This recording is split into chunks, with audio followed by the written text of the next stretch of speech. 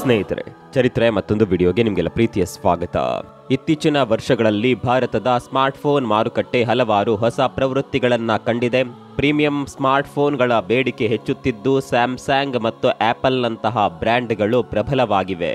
ಇದರ ಜೊತೆಗೆ ವಿವೋ ಮತ್ತು ಒಪ್ಪೋನಂತಹ ಚೈನೀಸ್ ಬ್ರ್ಯಾಂಡ್ಗಳು ಆಫ್ಲೈನ್ ಮಾರುಕಟ್ಟೆಯಲ್ಲಿ ತಮ್ಮ ಪ್ರಾಬಲ್ಯವನ್ನ ಗಟ್ಟಿಗೊಳಿಸಿವೆ.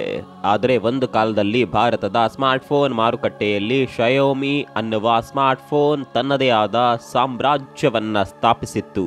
ಆ ಸಮಯದಲ್ಲಿ ಮಾರಾಟವಾಗುತ್ತಿದ್ದ ಪ್ರತಿ 3 ಸ್ಮಾರ್ಟ್ಫೋನ್ಗಳಲ್ಲಿ ಒಂದು ಶಯೋಮಿ ಆಗಿರುತ್ತಿತ್ತು.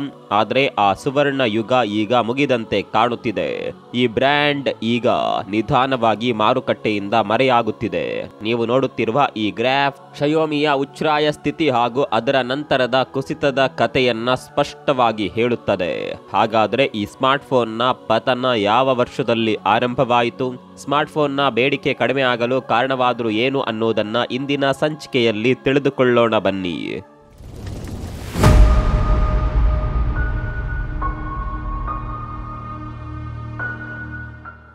ಸ್ನೇಹಿತರೆ, 2014ರಲ್ಲಿ ಭಾರತೀಯ ಮಾರುಕಟ್ಟೆಗೆ ಕಾಲಿಟ್ಟ ಶಯೋಮಿ ಕೇವಲ 1 ವರ್ಷದಲ್ಲಿ 1% ಮಾರುಕಟ್ಟೆಯ ಪಾಲನ್ನ ಗಳಿಸಿತು. ನಂತರ ಕೈಗೆಟಕುವ ಬೆಲೆಯಲ್ಲಿ ಅತ್ಯುತ್ತಮ ಫೀಚರ್ಗಳನ್ನ ನೀಡುವ ತಂತ್ರದಿಂದಾಗಿ ಮುಂದಿನ 4 ವರ್ಷಗಳಲ್ಲಿ ಅದರ ಮಾರುಕಟ್ಟೆ ಪಾಲು 17% ಏರಿತು. 2021ರ ವೇಳೆಗೆ ಶಯೋಮಿ ತನ್ನ ಯಶಸ್ಸಿನ ಉತ್ತುಂಗವನ್ನ ತಲುಪಿತ್ತು. ಆದರೆ ಆ ನಂತರ ಶಯೋಮಿ ಕಷ್ಟದ ದಿನಗಳು ಶುರುವಾದವು.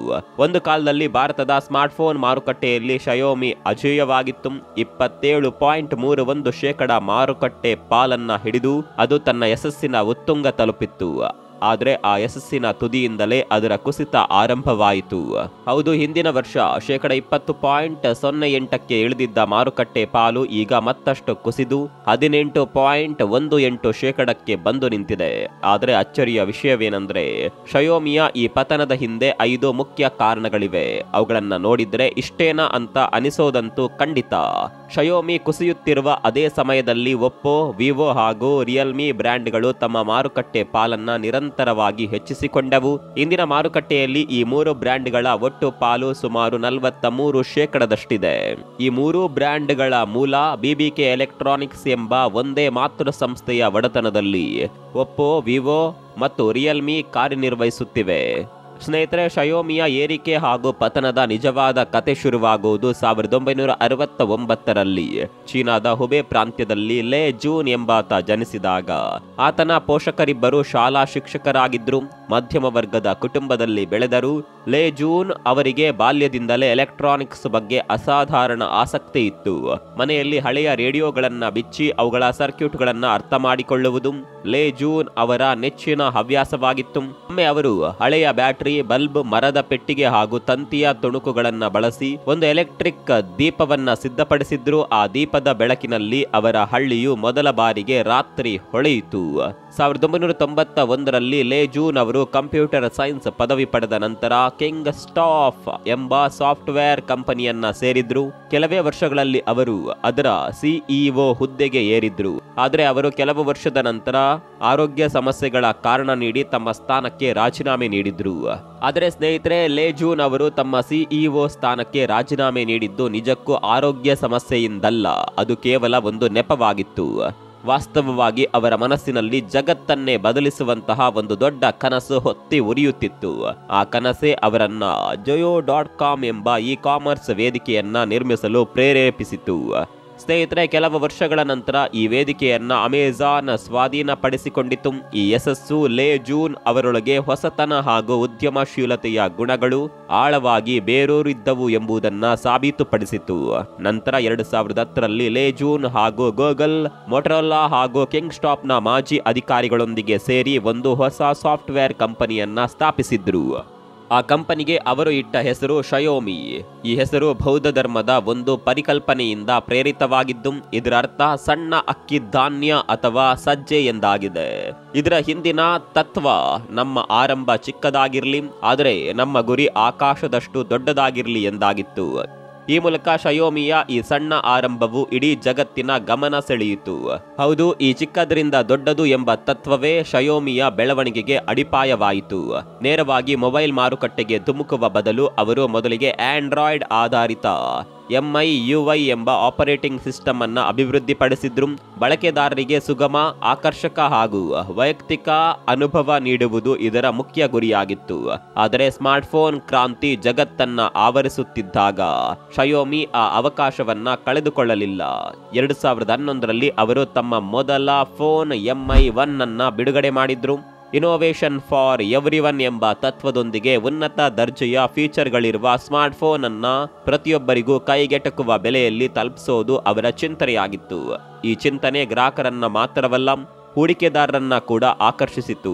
ಅದೇ ವರ್ಷದಲ್ಲಿ ಶಯೋಮಿಗೆ ಸುಮಾರು $90 ಮಿಲಿಯನ್ ಹೂಡಿಕೆ ಹರಿದು ಬಂತು. ಈ ಹಣದಿಂದ ಅವರ ಪ್ರಯಾಣ ಇನ್ನಷ್ಟು ವೇಗ ಪಡೆದುಕೊಂಡಿತು. ಸುಮಾರು 782 ಕೋಟಿಗಳಷ್ಟು ದೊಡ್ಡ ಹೂಡಿಕೆಯನ್ನ ಪಡೆದ ಶಯೋಮಿ ಕ್ಷಣಾರ್ಧದಲ್ಲಿ ತನ್ನ ಬೆಳವಣಿಗೆಯ ವೇಗವನ್ನ ಹೆಚ್ಚಿಸಿಕೊಂಡಿತು. ಕೇವಲ 3 ವರ್ಷಗಳಲ್ಲಿ ಅಂದ್ರೆ 2014ರ ವೇಳೆಗೆ ಶಯೋಮಿ ಚೀನಾದ ಅತಿದೊಡ್ಡ ಸ್ಮಾರ್ಟ್ಫೋನ್ ಕಂಪನಿಯಾಗಿ ಹೊರಹೊಮ್ಮಿತು. ತನ್ನ ದೇಶದಲ್ಲಿ ಯಶಸ್ಸು ಕಂಡ ನಂತರ ಶಯೋಮಿಯ ದೃಷ್ಟಿ ವಿದೇಶಿ ಮಾರುಕಟ್ಟೆಗಳತ್ತ ಹರಿಯಿತು.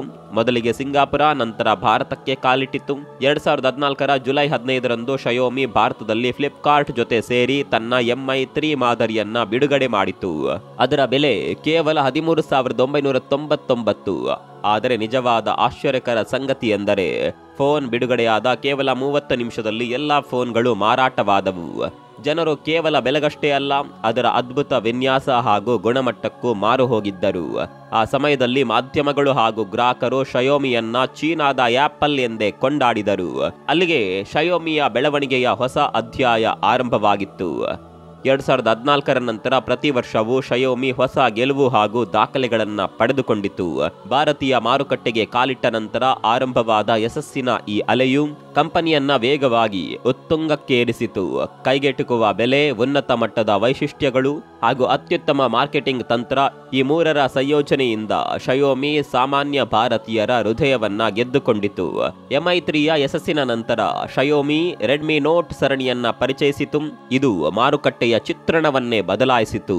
ಹೊಸ ಮಾದರಿ ಬಿಡುಗಡೆಯಾದ ಕೆಲವೇ ನಿಮಿಷಗಳಲ್ಲಿ ಮಾರಾಟವಾಗುತ್ತಿದ್ದವು. ಟೈರ್ 2 ಮತ್ತು ಟೈರ್ 3 ನಗರಗಳಲ್ಲಿ ಶಯೋಮಿ ಕ್ರೇಜ್ ಎಷ್ಟಿತ್ತೆಂದರೆ ಹೊಸ ಫೋನ್ ಖರೀದಿಸಲು ಜನ ಮುಗಿಬೀಳುತ್ತಿದ್ದರು. ಪ್ರತಿ 2ನೇ ಮನೆಯಲ್ಲಿ ಒಂದು ರೆಡ್ಮಿ ಫೋನ್ ಕಾಣಿಸಿಕೊಳ್ಳುತ್ತಿತ್ತು. ಈ ಬ್ರ್ಯಾಂಡ್ ಜನಸಾಮಾನ್ಯರ ಮನಸ್ಸಿನಲ್ಲಿ ಅಷ್ಟೊಂದು ಗಟ್ಟಿಯಾಗಿ ನೆಲೆಯೂರಿತ್ತು. 2017ರ ವೇಳೆಗೆ ಭಾರತದ ಸ್ಮಾರ್ಟ್ಫೋನ್ ಮಾರುಕಟ್ಟೆಯಲ್ಲಿ ಶಯೋಮಿಯ ಪಾಲು 8.7ಕ್ಕೆ ಏರಿತ್ತು.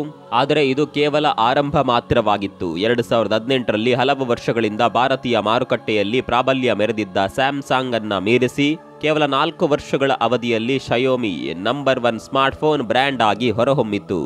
ಸ್ನೇಹಿತರೆ, ಈ ಬೆಳವಣಿಗೆ ಭಾರತಕ್ಕೆ ಮಾತ್ರ ಸೀಮಿತವಾಗಿರಲಿಲ್ಲ. ಜಾಗತಿಕ ಮಟ್ಟದಲ್ಲೂ ಶಯೋಮಿಯ ಅಂಕಿ ಅಂಶಗಳು ದಾಖಲೆಯ ಏರಿಕೆ ಕಂಡವು.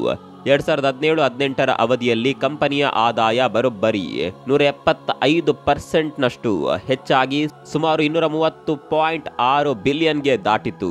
ಈ ಅನಿರೀಕ್ಷಿತ ಯಶಸ್ಸಿನ ತುದಿಯಲ್ಲಿ ಶಯೋಮಿ ನಿಂತಿದ್ದಾಗ ಅದರ ಮುಂದಿನ ಹಾದಿ ಹೇಗಿರಬಹುದೆಂದು ನೀವು ಊಹಿಸಬಲ್ಲಿರಾ? ಅಂತಹ ದೊಡ್ಡ ಯಶಸ್ಸಿನ ನಂತರ ಯಾವೆಲ್ಲ ಸವಾಲುಗಳು ಎದುರಾಗಿರಬಹುದು?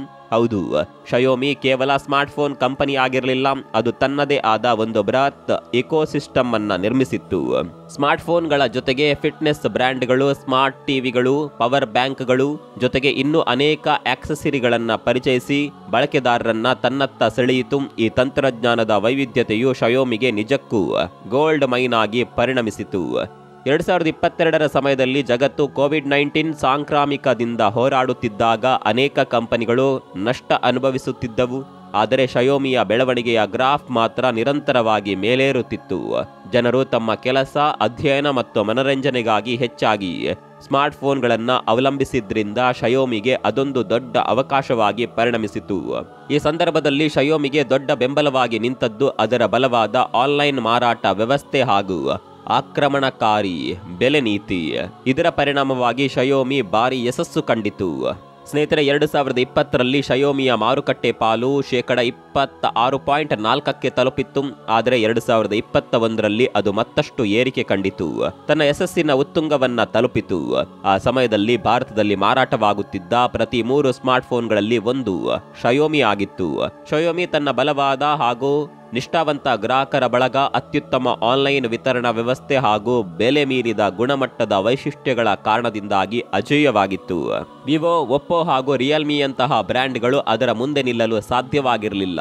ಆದರೆ ಇದೇ ಉತ್ತುಂಗದಲ್ಲಿದ್ದಾಗ ಒಂದು ಅದೃಶ್ಯ ಮನೋಭಾವನೆ ನಿಧಾನವಾಗಿ ಬೆಳೆಯಲು ಶುರುವಾಯಿತು. ಇದುವೇ ಶಯೋಮಿಯ ಪತನಕ್ಕೆ ಅತ್ಯಂತ ದೊಡ್ಡ ಕಾರಣವಾಯಿತು. ಆ ಸಮಯದಲ್ಲಿ ಯಾರೂ ಕೂಡ ಇದನ್ನ ಶಯೋಮಿಗೆ ಅಪಾಯವೆಂದು ಭಾವಿಸಿರಲಿಲ್ಲ. ಹೌದು ಸ್ನೇಹಿತರೆ, ಜೀವನದಲ್ಲಿ ನಾವು ಯಶಸ್ಸಿನ ತುದಿಯಲ್ಲಿರುವ ಸಮಯದಲ್ಲಿ ನಾವು ತೆಗೆದುಕೊಳ್ಳುವ ಕೆಲವು ತೀರ್ಮಾನಗಳು ನಮ್ಮ ಭವಿಷ್ಯವನ್ನ ನಿರ್ಧರಿಸುತ್ತವೆ. ಶಯೋಮಿ ವಿಷಯದಲ್ಲೂ ಅದೇ ಆಗಿದೆ ಅಂದರೂ ತಪ್ಪಾಗಲಾರದು. ಯಶಸ್ಸಿನ ಉತ್ತುಂಗದಲ್ಲಿರುವಾಗ ಎಚ್ಚರ ತಪ್ಪಿದ್ರೆ ಪತನ ಖಚಿತ ಅನ್ನೋದಕ್ಕೆ ಇದು ಕೂಡ ಒಂದು ಉತ್ತಮ ನಿದರ್ಶನ. 2022ರ ನಂತರ ಶಯೋಮಿ ಸಾಮ್ರಾಜ್ಯದಲ್ಲಿ ಬಿರುಕುಗಳು ಕಾಣಿಸಿಕೊಂಡವು. ಜೊತೆಗೆ ನಿಧಾನವಾಗಿ ನಂಬರ್ 1 ಸ್ಥಾನದಿಂದ ಕೆಳಗಿಳಿಯಲು ಕಾರಣವಾಯಿತು. ಶಯೋಮಿಯ ಕುಸಿತಕ್ಕೆ ಕಾರಣವಾದ 5 ಪ್ರಮುಖ ಅಂಶಗಳನ್ನ ಕೆಳಗೆ ನೋಡ್ತಾ ಹೋಗೋಣ ಬನ್ನಿ. ನಂಬರ್ 1, ಸ್ವಂತ ಬ್ರ್ಯಾಂಡ್ ತತ್ವಕ್ಕೆ ವಿರುದ್ಧವಾದ ಉತ್ಪನ್ನ ನೀತಿ. ಮೊದಲಿಗೆ ಶಯೋಮಿಯ ದೃಷ್ಟಿಕೋನ ತುಂಬಾ ಸ್ಪಷ್ಟವಾಗಿತ್ತು. ಉನ್ನತ ಮಟ್ಟದ ವೈಶಿಷ್ಟ್ಯಗಳನ್ನ ಕೈಗೆಟುಕುವ ಬೆಲೆಯಲ್ಲಿ ನೀಡೋದು. ಈ ತತ್ವದಿಂದಾಗಿಯೇ ರೆಡ್ಮಿ ಬ್ರ್ಯಾಂಡ್ ಜನಸಾಮಾನ್ಯರ ಮನಸ್ಸಿನಲ್ಲಿ ಪೈಸಾ ವಸೂಲ್ ಆಯ್ಕೆಯಾಗಿ ನೆಲೆಸಿತ್ತು. ಆದರೆ 2020ರ ನಂತರ ಶಯೋಮಿ ತನ್ನ ಮೂಲ ತತ್ವದಿಂದ ವಿಮುಖವಾಯಿತು. ಇದರ ಪರಿಣಾಮ ಏನಾಯಿತು ಅಂದರೆ ಹೆಚ್ಚಿನ ಬೆಲೆಯ ಫೋನ್ಗಳನ್ನ ಬಿಡುಗಡೆ ಮಾಡಲು ಶುರು ಮಾಡಿತು.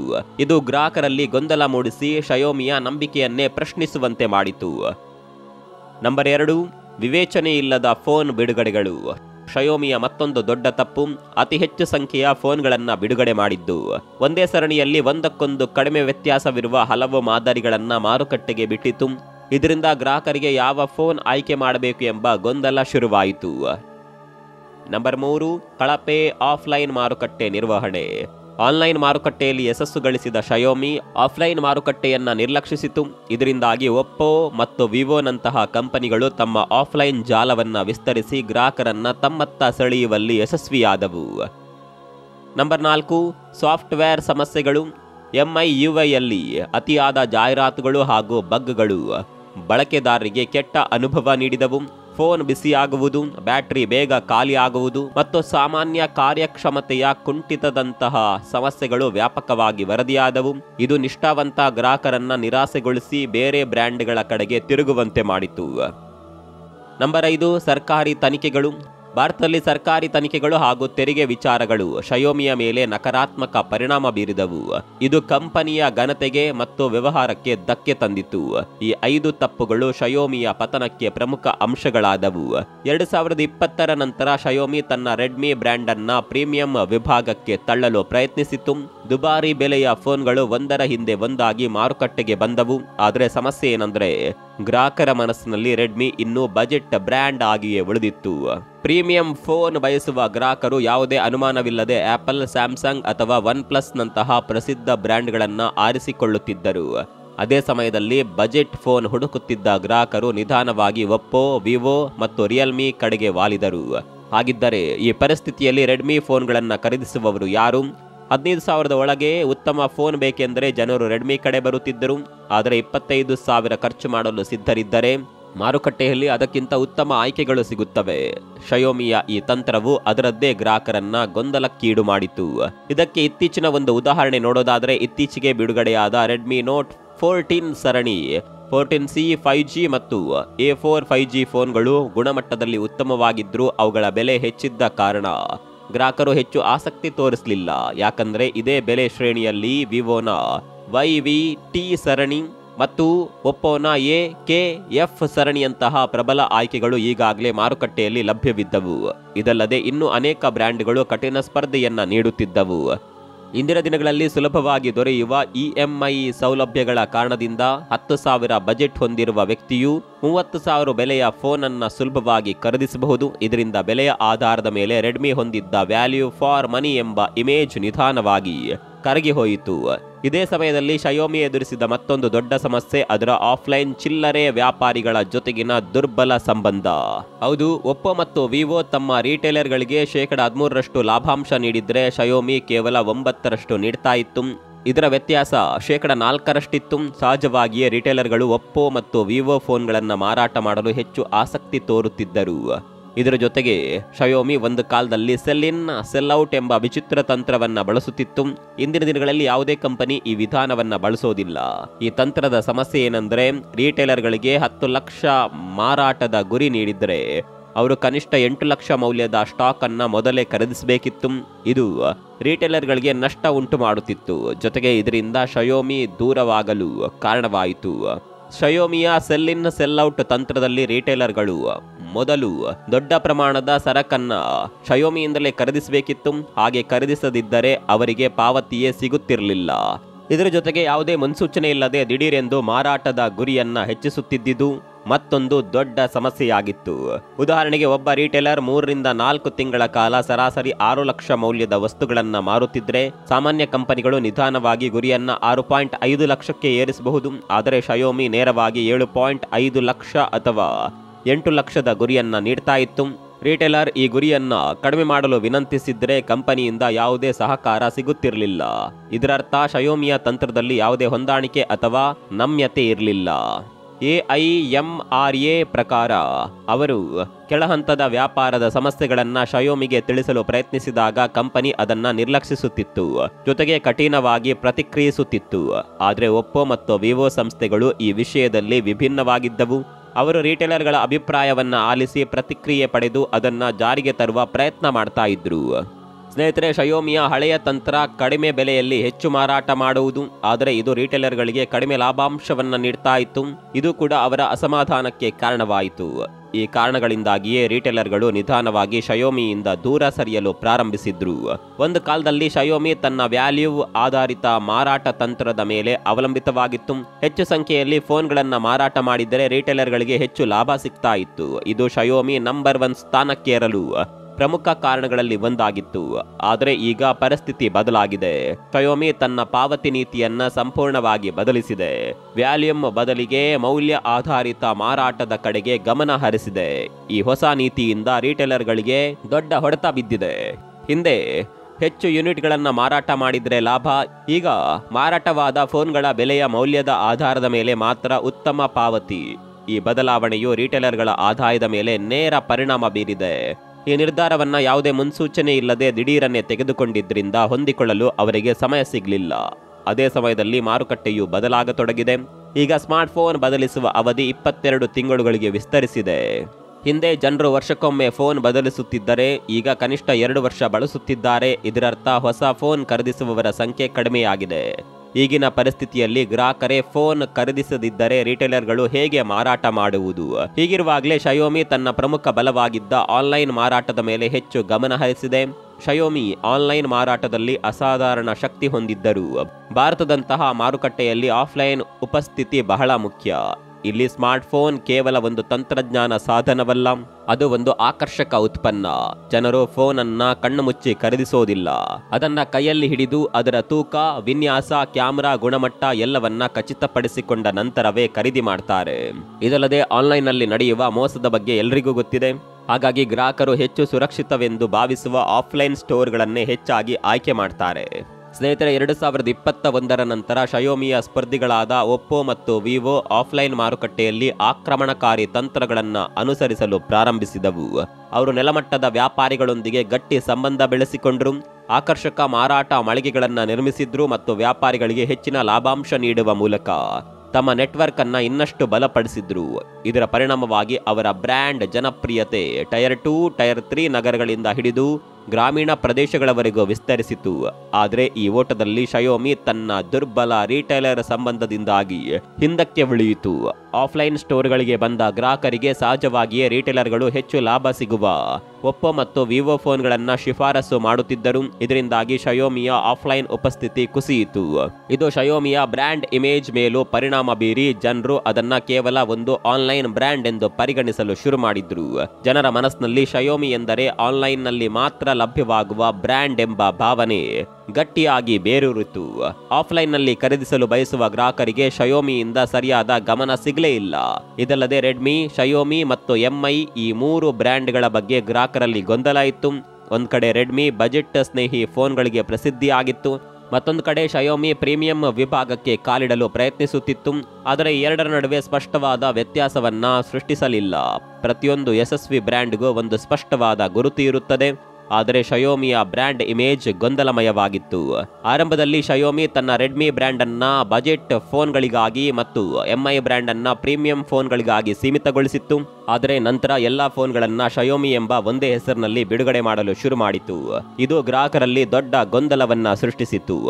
ಶಯೋಮಿ ನಿಖರವಾಗಿ ಏನು? ಇದು ಬಜೆಟ್ ಬ್ರ್ಯಾಂಡಾ, ಮಧ್ಯಮ ಶ್ರೇಣಿಯ ಬ್ರ್ಯಾಂಡಾ ಅಥವಾ ಪ್ರೀಮಿಯಂ ಬ್ರ್ಯಾಂಡಾ? ಹೀಗೆ ಗ್ರಾಹಕರು ಗೊಂದಲಕ್ಕೊಳಗಾದರು. ಈ ಗೊಂದಲಗಳು ಉತ್ಪನ್ನಗಳ ಬಿಡುಗಡೆಯ ಮೇಲೂ ಪರಿಣಾಮ ಬೀರಿದವು. ಉದಾಹರಣೆಗೆ ಎಂಐ 11 ಅಲ್ಟ್ರಾನಂತಹ ಪ್ರೀಮಿಯಂ ಫೋನ್ ಬಹಳ ತಡವಾಗಿ ಮಾರುಕಟ್ಟೆಗೆ ಬಂತು. ಕೆಲವು ಮಾದರಿಗಳನ್ನ ಕಡಿಮೆ ಪ್ರಮಾಣದಲ್ಲಿ ಬಿಡುಗಡೆ ಮಾಡಿದ ಕಾರಣ ಅವು ಸರಿಯಾಗಿ ಗ್ರಾಹಕರ ಕೈಗೆ ತಲುಪಲೇ ಇಲ್ಲ. ಒಂದು ಬ್ರ್ಯಾಂಡ್ನ ಗುರುತು ಸ್ಪಷ್ಟವಾಗಿಲ್ಲದಿದ್ದರೆ ಅದು ಗ್ರಾಹಕರ ಮನಸ್ಸಿನಲ್ಲಿ ಗಟ್ಟಿಯಾಗಿ ನಿಲ್ಲಲು ಸಾಧ್ಯವಿಲ್ಲ. ಜನರು ಅದನ್ನ ಪ್ರೀಮಿಯಂ ಎಂದು ಪರಿಗಣಿಸುವರೇ ಅಥವಾ ಬಜೆಟ್ ಬ್ರ್ಯಾಂಡ್ ಎಂದು ನಿರ್ಲಕ್ಷಿಸುವರೇ ಎಂಬ ಪ್ರಶ್ನೆ ಕಂಪನಿಯಲ್ಲಿ ಉತ್ಪನ್ನ ಬಿಡುಗಡೆಯ ವಿಳಂಬಕ್ಕೆ ಕಾರಣವಾಯಿತು. ಈ ಗೊಂದಲಗಳು ಮತ್ತು ಅದರ ಪರಿಣಾಮಗಳು ಶಯೋಮಿಯ ಪತನಕ್ಕೆ ದಾರಿ ಮಾಡಿಕೊಟ್ಟಿತು. ಇದರ ಜೊತೆಗೆ ಶಯೋಮಿಯ ಪತನಕ್ಕೆ ಮತ್ತೊಂದು ದೊಡ್ಡ ಹೊಡೆತವೇನೆಂದರೆ ಅದರ ಆಂತರಿಕ ಸಮಸ್ಯೆಗಳು. ಇಡಿ ತನಿಖೆ ಮತ್ತು ದಾಳಿ. ಹೌದು, 2022ರಲ್ಲಿ ಭಾರತದ ಜಾರಿ ನಿರ್ದೇಶನಾಲಯವು ವಿದೇಶಿ ವಿನಿಮಯ ಕಾನೂನುಗಳ ಉಲ್ಲಂಘನೆಯ ಆರೋಪದ ಮೇಲೆ ಶಯೋಮಿಯ ವಿರುದ್ಧ ತನಿಖೆ ನಡೆಸಿತ್ತು.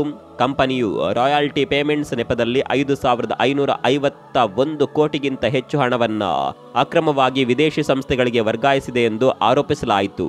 ಈ ಘಟನೆಯು ಕಂಪನಿಯ ಘನತೆಗೆ ದೊಡ್ಡ ಪೆಟ್ಟು ನೀಡಿತು ಮತ್ತು ಭಾರತದಲ್ಲಿ ಅದರ ಕಾರ್ಯಾಚರಣೆಯ ಮೇಲೆ ಭಾರಿ ಪರಿಣಾಮ ಬೀರಿತು. ಇಡಿ ತನಿಖೆಯ ನಂತರ ಕಂಪನಿಯಲ್ಲಿ ದೊಡ್ಡ ಆಂತರಿಕ ಅಸ್ಥಿರತೆ ಉಂಟಾಯಿತು. ಭಾರತದಲ್ಲಿ ಶಯೋಮಿಯ ಬೆಳವಣಿಗೆಗೆ ಪ್ರಮುಖ ಪಾತ್ರ ವಹಿಸಿದ್ದ ಹಲವಾರು ಪ್ರಮುಖ ಅಧಿಕಾರಿಗಳು ತಮ್ಮ ಸ್ಥಾನಗಳಿಗೆ ರಾಜೀನಾಮೆ ನೀಡಿದ್ರು. ಈ ಉನ್ನತ ಮಟ್ಟದ ನಾಯಕತ್ವದ ಕೊರತೆಯು ಕಂಪನಿಯ ನಿರ್ಧಾರ ತೆಗೆದುಕೊಳ್ಳುವ ಪ್ರಕ್ರಿಯೆಯನ್ನ ನಿಧಾನಗೊಳಿಸಿತು ಮತ್ತು ಭವಿಷ್ಯದ ಯೋಜನೆಗಳ ಮೇಲೆ ನಕಾರಾತ್ಮಕ ಪರಿಣಾಮ ಬೀರಿತು.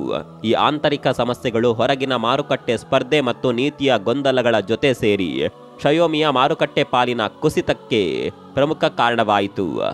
ಸ್ನೇಹಿತರೆ, ಶಯೋಮಿ ಮತ್ತೆ ತನ್ನ ಹಳೆಯ ವೈಭವಕ್ಕೆ ಮರಳಬಹುದೇ ಅನ್ನುವ ಪ್ರಶ್ನೆಗೆ ಉತ್ತರ ಕಂಡುಕೊಳ್ಳುವುದು ಅಷ್ಟು ಸುಲಭವಲ್ಲ. ಒಂದು ಕಡೆ ಶಯೋಮಿ ಈಗಲೂ ಬಲವಾದ ಸಂಶೋಧನಾ ತಂಡ ಮತ್ತು ದೊಡ್ಡ ಉತ್ಪಾದನಾ ಸಾಮರ್ಥ್ಯ ಹಾಗೂ ನಿಷ್ಠಾವಂತ ಅಭಿಮಾನಿ ಬಳಗವನ್ನ ಹೊಂದಿದೆ. ಭಾರತದಂತಹ ದೊಡ್ಡ ಮಾರುಕಟ್ಟೆಯಲ್ಲಿ ಇನ್ನೂ ಅನೇಕ ಅವಕಾಶಗಳಿವೆ. ಆದರೆ ಶಯೋಮಿ ಮತ್ತೆ ಯಶಸ್ಸು ಗಳಿಸಬೇಕಾದರೆ ಈ ಕೆಳಗಿನ ಪ್ರಮುಖ ಅಂಶಗಳ ಮೇಲೆ ಗಮನ ಹರಿಸಬೇಕಾಗಿದೆ.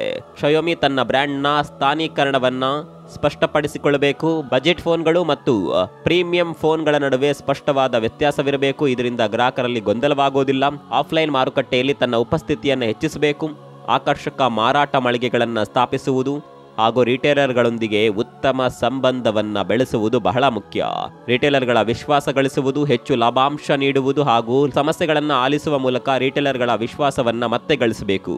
ಜೊತೆಗೆ ಎಂಐ ಯುಐ ನಲ್ಲಿನ ಜಾಹೀರಾತುಗಳನ್ನ ಕಡಿಮೆ ಮಾಡಿ ಉತ್ತಮ ಮತ್ತು ದೋಷರಹಿತ ಸಾಫ್ಟ್ವೇರ್ ಅನುಭವಗಳನ್ನ ನೀಡಬೇಕು. ಈ ಬದಲಾವಣೆಗಳನ್ನ ಶಯೋಮಿ ಜಾರಿಗೆ ತಂದರೆ ಅದು ಖಂಡಿತವಾಗಿಯೂ ತನ್ನ ಕಳೆದುಕೊಂಡ ಸಿಂಹಾಸನವನ್ನ ಮರಳಿ ಪಡೆಯಬಹುದು. ಇಲ್ಲವಾದರೆ ಮಾರುಕಟ್ಟೆಯಲ್ಲಿ ಅದರ ಕುಸಿತ ಇನ್ನೂ ವೇಗವಾಗಿ ನಡೆಯಬಹುದು. ಸ್ನೇಹಿತರೆ, ನಿಮ್ಮ ಪ್ರಕಾರ ಶಯೋಮಿ ಮಾಡಿದ ಅತಿದೊಡ್ಡ ತಪ್ಪು ಯಾವುದು? ಅದು ಮತ್ತೆ ಯಶಸ್ಸು ಗಳಿಸಲು ಏನು ಮಾಡಬೇಕು? ನಿಮ್ಗೇನನ್ಸುತ್ತೆ? ಕಾಮೆಂಟ್ ಮಾಡಿ. ಮತ್ತೊಂದು ವಿಡಿಯೋದಲ್ಲಿ ಸಿಗೋಣ. ಅಲ್ಲಿವರೆಗೂ ನಮಸ್ಕಾರ.